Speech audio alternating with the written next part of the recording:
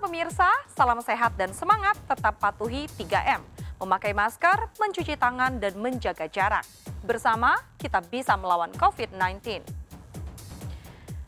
Atta Halilintar dan Aurel Hermansyah siap jadi sultan dan ratu baru di Pondok Indah. Istana cinta mereka nan mewah sedang dipermegah dengan belasan kamar karena setelah menikah dengan Aurel, Atta ingin memiliki belasan anak. Lantas sejauh mana persiapan pernikahan Aurel Atta? Benarkah Krisdayanti, ibu kandung Aurel, sudah merelakan putrinya diperistri Atta? Sama seperti Aurel Atta, Ayu Ting Ting Adit Joyusman juga sedang ngebut menuju halal. Lantas kapan pernikahan mereka digelar? Dan seperti apa gaun dan jas pengantin yang akan dikenakan Ayu Adit? Benarkah menurut pakar metafisika, sifat Ayu dan Adit yang sama-sama keras bakal jadi masalah di kemudian hari? Bersama saya, Dia Sestari, kita akan mengupas tuntas persiapan pernikahan Aurel dan Atta, juga Ayu dan Adit. Pemirsa, inilah berita artis ternama Barista. Aku ra iso urip tanpa sliramu, tulung gelemu. Sempat dikabarkan putus, jalinan cinta Atta Halilintar dan Aurel Hermansyah justru semakin serius. Kesiapan mental, finansial, dan tempat tinggal tak perlu diragukan lagi karena keduanya memang ingin menikah muda. Kedua orang tua Aurel, Anang Hermansyah dan Ashanti, juga sudah menyerahkan sepenuhnya kepada Aurel Atta karena dua sejoli itulah yang kelak akan mereguk pahit manis perkawinan. Ditemui usai menghadiri pernikahan Ririn Ekawati dan Ibnu Jamil, Anang Ashanti berharap Aurel Atta menikah dalam waktu dekat. Kemarin mereka udah ada ya, walaupun 1 tahun ada jatuh bangun dalam berhubungan juga, dan akhirnya mereka memutuskan untuk oke, kita harus menikah gitu. Pasti kan melalui proses yang lumayan ya buat mereka gitu. Tapi kalau ditanya gimananya kan mereka yang wajib yang cocok menjawab. Kabarnya sebelum Ramadan. Insya Allah doain aja. Kalau jujur aku tuh tipe orang yang nggak bakal merahasiakan. Namanya ini kan pernikahan yang membahagiakan, ngapain dirahasiain. Tapi kita berdua juga memang belum mereka juga belum ngasih tahu mau di tanggal berapa, bulan berapanya belum. Kalau lagi pandemi gini, kalau mau menikah kan, kalau dulu orang tua ikut ribet karena mau pesta, mau ngundang, mau apa. Kalau lagi kayak gini kan mereka konsepnya lebih ke yang nggak ngundang banyak orang, yang penting halal gitunya dulu gitu. Dan yang penting kita juga berdua tipe orang tua yang ya udah kalian atur yang sebaik mungkin. Yang penting memang yang kalian inginkan, dan kalau memang menuju suatu hal yang baik, insya Allah kan akan dipermudah. Ya, setelah melewati drama salah paham, cemburu, bahkan cooling down, Aurel dan Atta seolah mantap bersumpah di depan penghulu. Bahkan Anang sudah meminta Gus Miftah untuk menjadi penghulu pernikahan Aurel Atta. Di vlog YouTube aku nanya kalau dia bisa, kalau bisa ya syukur, nggak bisa ya udah. Dan aku cuma ngomong. Nanti kan ngomong lagi sama Atta. Saya katakan ad-dinun an-nasiha. Agama adalah nasihat. Maka konsep dari pernikahan yang bahagia itu akan kembali kepada agama, berpulang kepada hukum Allah dan hukum Rasul. Nah, perbincangan itu menarik gitu. Jadi warm, hangat banget. Jadi Aurel seneng gitu loh. Oh gitu ya. Oh gitu ya. Jadi terus ada tips bagaimana sih ngatasin kalau lagi ada marahan atau konflik. Oh gitu ya. Oh gitu. Jadi akhirnya saya nggak tahu. Akhirnya Bunda Ashanti bilang, boleh tuh Tat, kita nanti kan aku ada karyawan, jadi sekalian nanti dengan pengajian karyawan, kita nanti pengajian, kemudian ngebahas tentang persiapan-persiapan sebelum menikah agar Aurel lebih siap secara psikologis dan mantap dalam agama, karena memang pernikahan modalnya itu. Allah yang selalu menguatkan aku.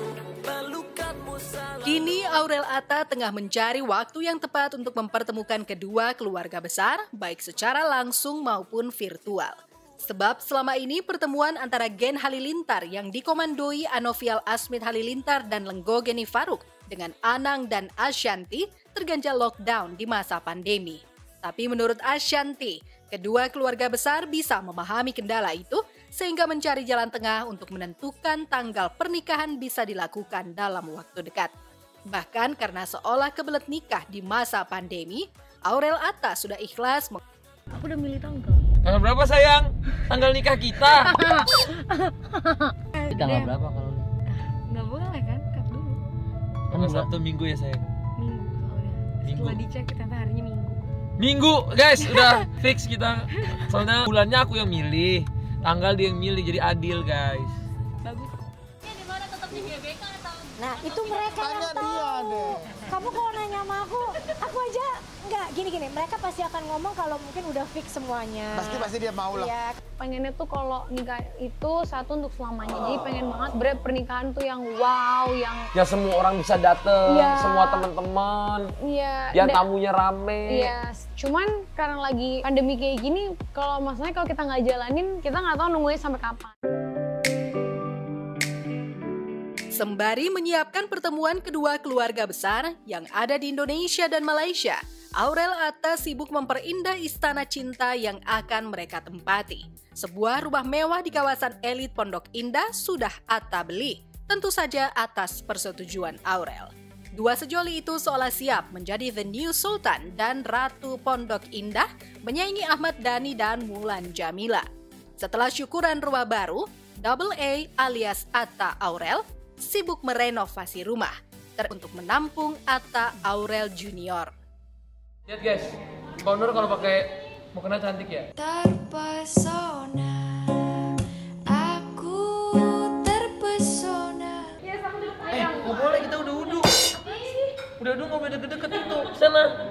Iya, aku di sini. Nggak boleh. Emang nggak boleh, Mi? Enggak. Lagi pindah-pindahan. Nah itu rumahnya direnovasi full apa udah jadi gitu nggak sih Kak? Kayaknya kalau di vlog kelihatannya masih renovasi. Masih renovasi. Panggil desainer gitu nggak sih Kak? Panggil interior designer.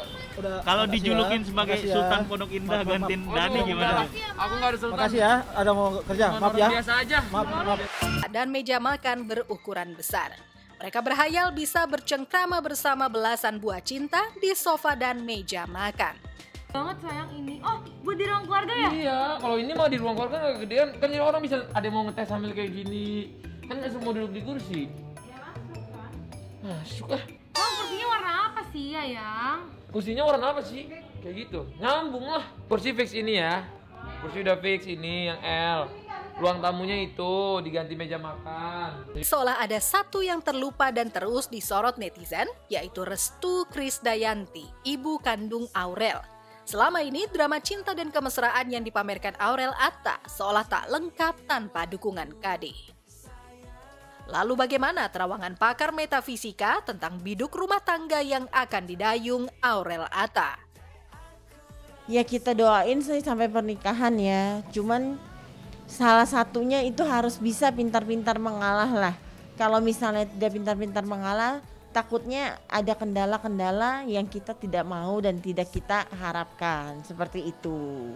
Kecekcokan mereka itu nggak akan pernah selesai karena mereka berdua-dua sama-sama keras, jadi mereka cekcok terus gitu. Ada aja perbedaan pendapat yang mereka hadapi. Kalau untuk di tahun ini saya rasa enggak ya, kayaknya nggak tahun ini. Mungkin akan mundur karena masih banyak problema yang mereka hadapi. Dan ketidakkesinambungan mereka dalam menghadapi masalah. Atta sama Aurel yang putus nyambung tanggapannya seperti apa sih? Nanti kita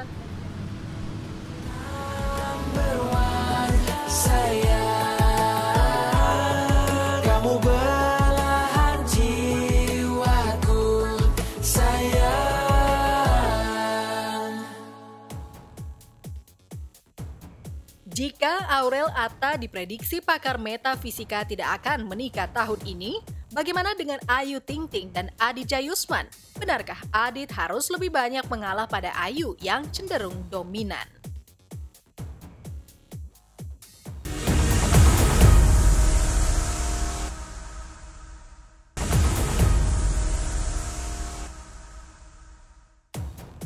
Sama-sama menikah untuk kedua kali, tapi Ayu Ting Ting dan Adit Jayusman bertekad menjadikan pernikahan kedua sebagai pernikahan yang terakhir. Jika dulu mereka gagal mewujudkan keluarga sakinah, sekarang mereka tak mau mengulang kesalahan yang sama. Baik pemirsa, sampai di sini perjumpaan kita. Saya Dia Sestari pamit undur diri dari hadapan Anda. Saksikan terus berita artis ternama Barista setiap hari Sabtu dan juga Minggu hanya di RCTI.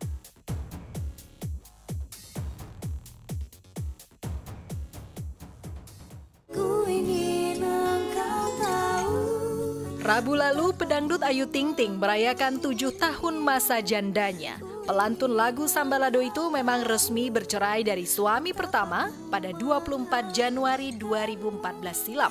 Tapi di penghujung Januari 2021 ini, Ayu mantap memilih pendamping hidup barunya. Meski baru 4 bulan menjalin kasih dengan Adit Pradana Jayusman, Ayu sudah hakul yakin bahwa Adit adalah calon imam keluarga yang tepat baginya. Dan tentu saja calon ayah sambung yang baik buat Bilkis, putri semata wayangnya. Bilkis gimana Bu Ayu? Permisi. Bilkis baik, sehat. Permisi. Emangnya udah gimana Bu Ayu? Bilkis akhirnya punya bapak nih ya Bu Ayu. Bu Ayu persiapannya udah sejauh mana Bu Ayu? Awas tangga, awas tangga. Permisi. Bu katanya udah ngasih seratus. Sorry. Awas. Doain aja. Persiapannya udah berapa persen nih? Awas, pada jatuh, pada licin, ntar gue pegangin atu-atu tuh. Di mana nih? Makanya doain aja. Insya Allah. Ya, Ayu dan Adit memang tak mau bicara banyak soal rencana pernikahan mereka. Keduanya sepakat untuk memberikan surprise kepada penggemar, netizen, dan masyarakat awam. Bahkan kepada desainer yang merancang jas pengantin untuk Adit dan keluarganya, Ayu berpesan agar jangan sampai jas eksklusif itu tersorot kamera wartawan. Nah, dari mereka datang, aku sudah interview mereka ya, aku tanya gaunnya seperti apa, level keresmian gaunnya, terus color tone dekornya seperti apa. Satu, untuk kita lihat seberapa resmi sih kita harus buat jasnya. Dan kedua, color tone apa yang pas untuk kita padankan dengan gaunnya juga. Sebenarnya Adit itu permintaan, dia ingin jasnya tuh lebih maskulin dan very relax orangnya. Jadi guys, jangan sampai orang salah paham ya, groomnya siapa, harus aku kelihatan kayak groom, tapi dalam waktu yang sama nggak pengen uptight biar bisa keren lah gitu. Pasti dong, surprise dan beda dari yang lain, jadi never have been done before ya, belum pernah dibuat sebelumnya, something different lah. Jika Adit mempercayakan pada desainer jas level internasional, bagaimana dengan Ayu? Sebelumnya, Ayu memang sempat menjadi model gaun pernikahan rancangan Ana Avanti dan Ivan Gunawan, sehingga sempat muncul rumor Ayu akan menikah dengan Igun. Lalu benarkah Ivan tak dilibatkan Ayu untuk merancang gaun paripurna yang akan dikenakannya di momen sakral hidupnya? Udah tahu belum sih kalau Ayu mau nikah? Belum. Doanya dong mungkin. Doanya buat Ayu. Iya, saya aja nggak tahu. Belum, nggak cerita gitu? Dia aja nggak minta didoain. Nyumbang gaun nggak sih nanti pas pernikahan? Oh, lakinya kaya, ngapain cuma sumbang? Pesen ke Kak Igun juga ya? Enggak. Ayunya?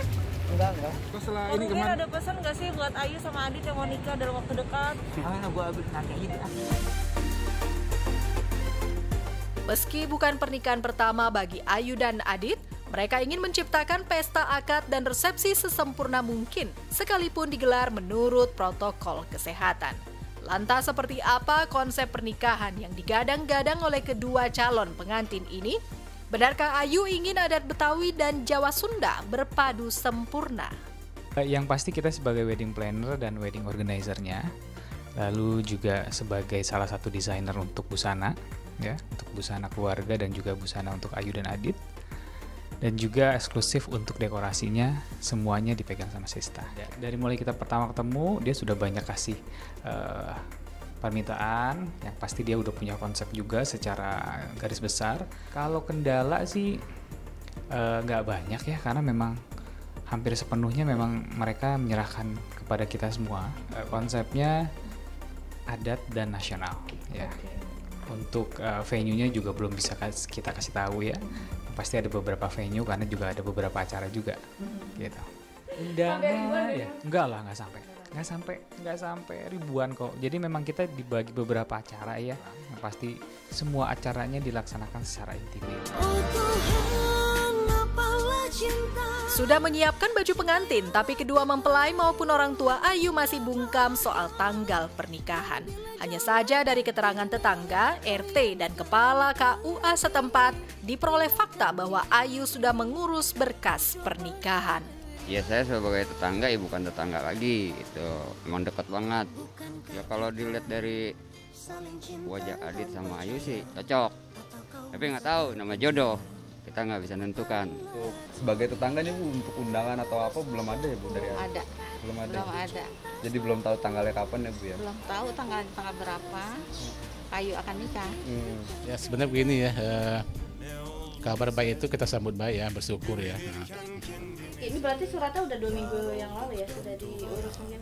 Ya surat pengantar aja, keterangan Ayu udah itu aja, cuma nggak ada yang macam-macam udah. Yang datang ke sini sendiri langsung Ayunya atau siapa? Oh ini mamangnya Pak Abdul Qoir itu. Surat pengantar biasa itu Mbak. Beberapa hari ini memang datang kemudian ke kami menanyakan tentang salah satu artis Depok ya, katakanlah Janur Ayu Ting Ting. Tapi sampai hari ini belum mendaftarkan diri di kami. Jadi baik orang tuanya atau yang bersangkutan belum datang ke sini. Kalau nikahnya mau di sini, harusnya mesti daftar di sini. Kecuali mau nikahnya di luar Sukma Jaya, ya, atau misalkan di mana lah. Tapi itu pun tetap harus minta rekomendasi dari kami. Dari KUA sini. Dari KUA sini. Mau numpang nikah di wilayah lain. Iya. Oh tanggalnya nanti belum ada tanggal-tanggalnya. Oh persiapan apaan? Persiapan aja. Paling persiapannya ya kita yang penting doain aja biar sehat semua. Sudah siap bersanding di pelaminan, tapi sejumlah netizen meragukan kelanggengan hubungan Ayu dan Adit. Pasalnya, keduanya berasal dari dunia yang berbeda. Ayu adalah pedangdut dan presenter papan atas, sedangkan Adit adalah pekerja kantoran yang jam kerjanya terukur. Lalu bagaimana terawangan pakar metafisika tentang biduk rumah tangga yang akan didayung Ayu dan Adit? Adit tipenya penyayang, bukan takut sama istri. Jadi tipenya penyayang. Ayu lebih mendominasi daripada Adit. Bisa berjalan. Tapi itu satu masalahnya. Sifatnya masing-masing sama-sama masih banyak belum kedewasaan ya. Kedewasaannya itu belum ada. Jadi tidak gampang untuk menyatukan satu sama lain. Anaknya kebetulan masih pada kecil ya, anaknya semua pada masih kecil, jadi saya rasa nggak akan mempengaruhi pernikahan mereka, gitu. Cuman ya kita balik lagi semua ke Tuhan. Cuman saya berharap moga-moga bisa sampai ke jenjang pernikahan, karena nggak mudah gitu, semuanya nggak mudah, lika-likunya terlalu banyak.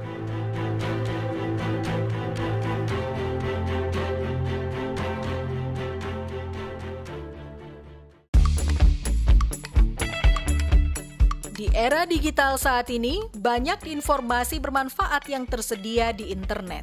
Berbagai aplikasi dalam platform digital kini banyak bermunculan.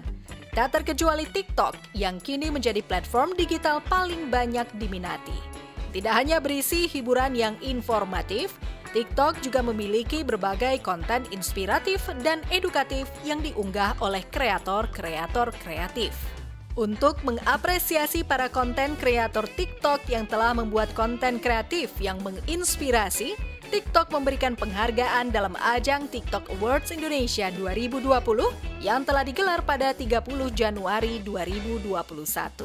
Nominasi yang diberikan diantaranya Creator of the Year, Celebrity Creator of the Year, Viral Song of the Year, Rising Star of the Year, Musician Creator of the Year, dan Popular Creator of the Year. Selain mengumumkan para pemenang, TikTok Awards Indonesia 2020 juga menghadirkan penampilan spesial para artis maupun kreator konten TikTok tanah air. Beberapa artis yang tampil di acara ini adalah Rizky Febian, Marion Jola, dan Tiara Andini. Sedangkan konten kreator TikTok yang menjadi bintang tamu adalah Ashraf Jamal, Jessica Bunga, DJ TikTok, Tian Storm, dan Weird Genius. Para nominator dan para pemenang tentunya bangga menjadi bagian dari ajang penghargaan bergengsi ini. Kalau dibilang masuk nominasi ya, nyangka atau nggak nyangka, sebenarnya nggak nyangka. Karena untuk kategori aku sendiri itu udah banyak banget konten creator yang emang lucu-lucu banget dan emang udah terkenal juga. Dan aku masuk dalam satu nominasi dan itu aku bener-bener bangga sama diri aku dan seneng banget. Ya, keep making music kalau kalian memang produser musik. Terus kalau yang lain di TikTok atau enggak di platform lain ya just keep struggling. Senang banget dan bersyukur banget karena bisa diapresiasi sebesar ini sama TikTok dan sama TV juga gitu. Jadi dan gak nyangka juga sih kenapa tiba-tiba dapat sebanyak itu, tapi ya senang sih. Keren sih bisa akhirnya buat suatu acara yang menurut aku bisa nunjukin inklusivitas gitu. Rasanya pasti nggak nyangka banget karena nggak pernah nyangka sih, karena ya speechless aku. Kayak super happy karena thank you TikTok juga kayak kasih kita kreator itu kesempatan untuk berkarya. Jadi kita bisa memberikan dampak yang positif untuk Indonesia tepatnya. Jadi TikTok ini sangat keren. Semua sosial media, semua konten bisa masuk di situ dengan video visual yang orang bisa nangkep. Semoga penghargaan ini membuat para konten creator TikTok tanah air semakin semangat membuat konten-konten terbaik lainnya dan melahirkan konten creator muda yang baru dan inspiratif.